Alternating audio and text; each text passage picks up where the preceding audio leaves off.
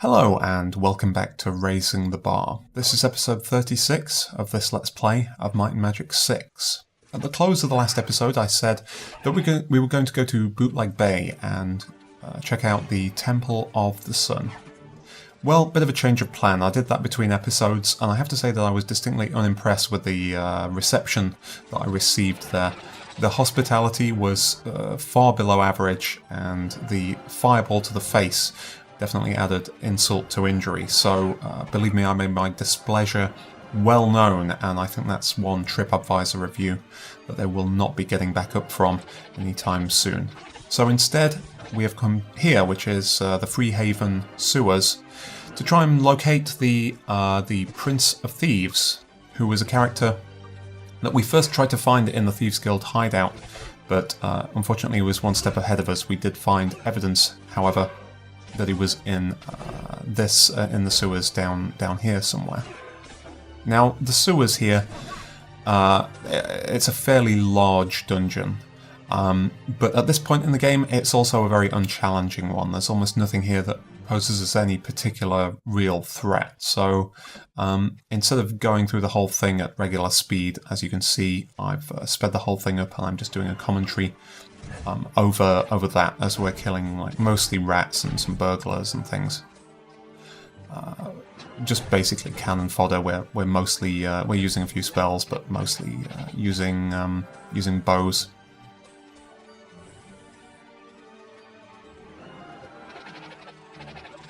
So as we clear all these corridors and rooms and things, I will be talking about something else, and what I will be talking about, I think, is Jon van Caneghem's new game.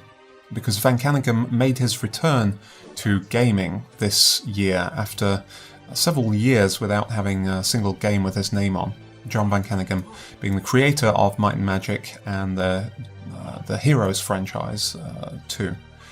And let me bring up the press release that is dated January the 21st, 2016. I won't read the whole thing, but I'll quote from it. Mobile game developer and publisher VC Mobile Entertainment has taken the covers of its first game, Creature Quest, from award-winning designer and creator of the Might and Magic and Heroes. Yeah, I already said that. The epic new RPG meets strategy game is currently available for iOS devices. Blah blah blah blah blah. That's just sort of filler. Alright, so this sort of starts describing the game here. Creature Quest is an innovative blend of collectible RPG and strategy.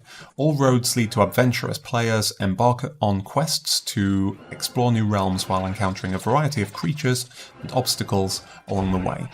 With over 500 creatures wielding powerful abilities to collect and upgrade and addicting battles with lots of treasure to discover, players will constantly yearn for just one more battle. Creature Quest also boasts a unique PvP mode, allowing players to use their creature collection to build their own dungeons and challenge other players for great rewards. Okay, what it doesn't say in this press release is that it's a free-to-play game. There is a little more information on the official website as well. Let's see. Embark on a quest and explore new realms to build the ultimate creature collection in this highly anticipated game. Explore new maps and overcome obstacles to discover treasure. Collect and upgrade over 500 adventure-seeking fantasy creatures. Battles are strategic and addicting as you wield powerful abilities in PvE. Build your own dungeon and earn great rewards by defeating your rivals in PvP. Daily events include new quests, rewards, challenges and creatures, great for new or experienced players for minutes or for hours for fun or competitively. Now, at this point I would love to tell you that I played this game, and I'd like to share my opinions of it and tell you how it's similar or different to the previous games that Jon van Caneghem has his name on. But unfortunately, I can't do any of that, and the reason is this. Despite the fact that this is now nearly 2 months old, it says there's this. Creature Quest is currently available in Australia, New Zealand, Ireland, Netherlands, and Hong Kong. So I can't play it. I actually can't get this thing. Despite the fact that I have iOS devices, simply isn't available in the UK yet, so I can't tell you much about it at all, except what I see in the promotional materials and trailers and stuff. But the art looks pretty interesting. I don't know if it's some crummy freemium title or if it's actually got some solid gameplay. I can't vouch for it at all. But anyway, there's enough here to say for sure that my prediction that it was an iOS version of Arcomage that they were working on was certainly far off the mark. But yeah, this is the return to gaming of Jon van Caneghem, a game that for some reason, no doubt there is a real reason behind it, but I don't understand what it could be, has only been launched in certain territories rather than globally, and is therefore completely out of the range of gameplay for anyone outside those countries right now, including people in the US. So I imagine most of the people who are potentially watching this video right now can't play it. But I will play it when it becomes available here, and I will let you know. Doesn't seem to have a lot of people talking about it though. Can't find that many reviews of it, and doesn't seem to have a huge amount of buzz. I wonder if it's something that's kind of suffered from the fact that there are really many games on mobile platforms at the moment, and to find a niche and any sort of distinction in that set is quite difficult. There's a lot of potions just lying around inside this dungeon. We're just mopping up a lot of the junk in this big room here with the traps that are flying from side to side of it. This was just a perfect room for clearing out with the bow. Low-level enemies, all coming at a distance, all approaching with no ranged capabilities whatsoever. There is something you may notice on this footage, and it's a problem that I'm going to need to try and fix. I'm not quite sure what's going on. I'm recording this on a different PC to what I recorded previously. I bought a new PC back in January, and I've migrated my Magic, my whole setup and save games and stuff, to that new PC. But one of the issues with the recording setup on this new PC, as you can see just sort of there, or briefly there, in the inventory screens and things like that, is there's an issue with a cursor corruption. I don't quite know what's going on there, because it didn't seem to do that when I was actually playing the game. I think it's just purely a byproduct of maybe OBS Studio's addition of a mouse cursor into the footage somehow. But I will try and I'll endeavour to fix that, even if I need to go back to the old Windows-only version of OBS. Although I quite like this new one. Got a lot of there's some nice, very nice new boots there. Most of the loot in this dungeon is real junk at this point in the game. It's almost worthless, and some of it we actually left behind because of inventory management issues. But those boots, I think, are something that we can definitely equip. I think they're better than any boots that we currently have on any of our characters. If we can find the Prince of Thieves in this dungeon, and I already know that we do, so I don't know why I'm being hedgy about it, then it will be the first of the council quests that we have solved. These are quests that are given by all the same lords that also give us the promotion quests.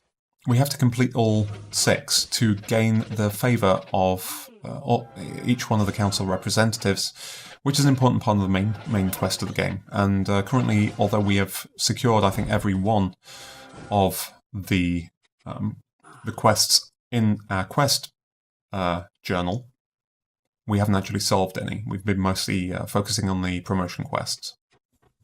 So if we can do that, we then can return to Anthony Stone, back in Castle Stone, and get our first supporter on the council.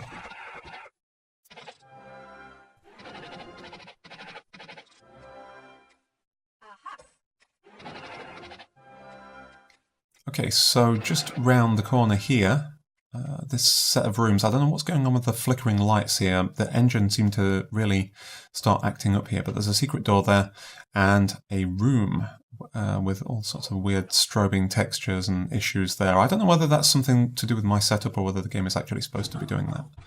But we've got a fair amount of gold there, and in this bed, the Prince of Thieves himself. We have now captured him. He's in our party, and we can take him. Take our captive back to complete that quest. Yes, I have no idea what's going on with the textures in that room. They actually seem to be displacing on the surface as we move around, and I have absolutely zero idea. I've never seen that issue before, so I don't know whether that's an engine bug, or something with my install, or something with my capture setup, or something with my graphics card. Absolutely no idea.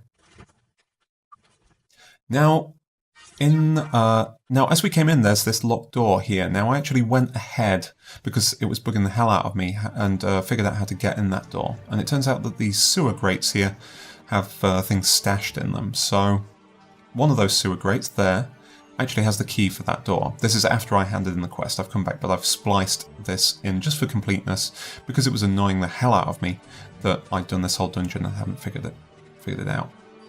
There's some gold in some of those things as well. Gold's just gone up by about 3,000. And here, we actually have a substantial amount of gold on the ground as well, including, and also some junk loot. But here, a really substantial pile of gold. I think we've almost doubled there the quantity that we were holding just by being in there. So we're back to the original timeline here, and just heading up to the Frozen Highlands to hand in this quest, this thief to Anthony Stone, which should give us some XP. We, as you can see by the number by the apple there, we were running out of food there. We really need to get quite a bit more of that, because that is something that we frequently run out of. There we go. So, High Council support number 1. Let's look there at the list of council quests. And you can see now that we have 5 more to do. These are a little higher. This is a little harder than the promotion quests. There we go. We're topping up our packs there. And resting. So, that is our first council quest done. Next time I have a very particular quest in mind, one that is extremely time critical, and we're going to need to really rush to be able to make it. That'll be in the next episode of Raising the Bar. Thanks for dropping by, and I'll see you next time.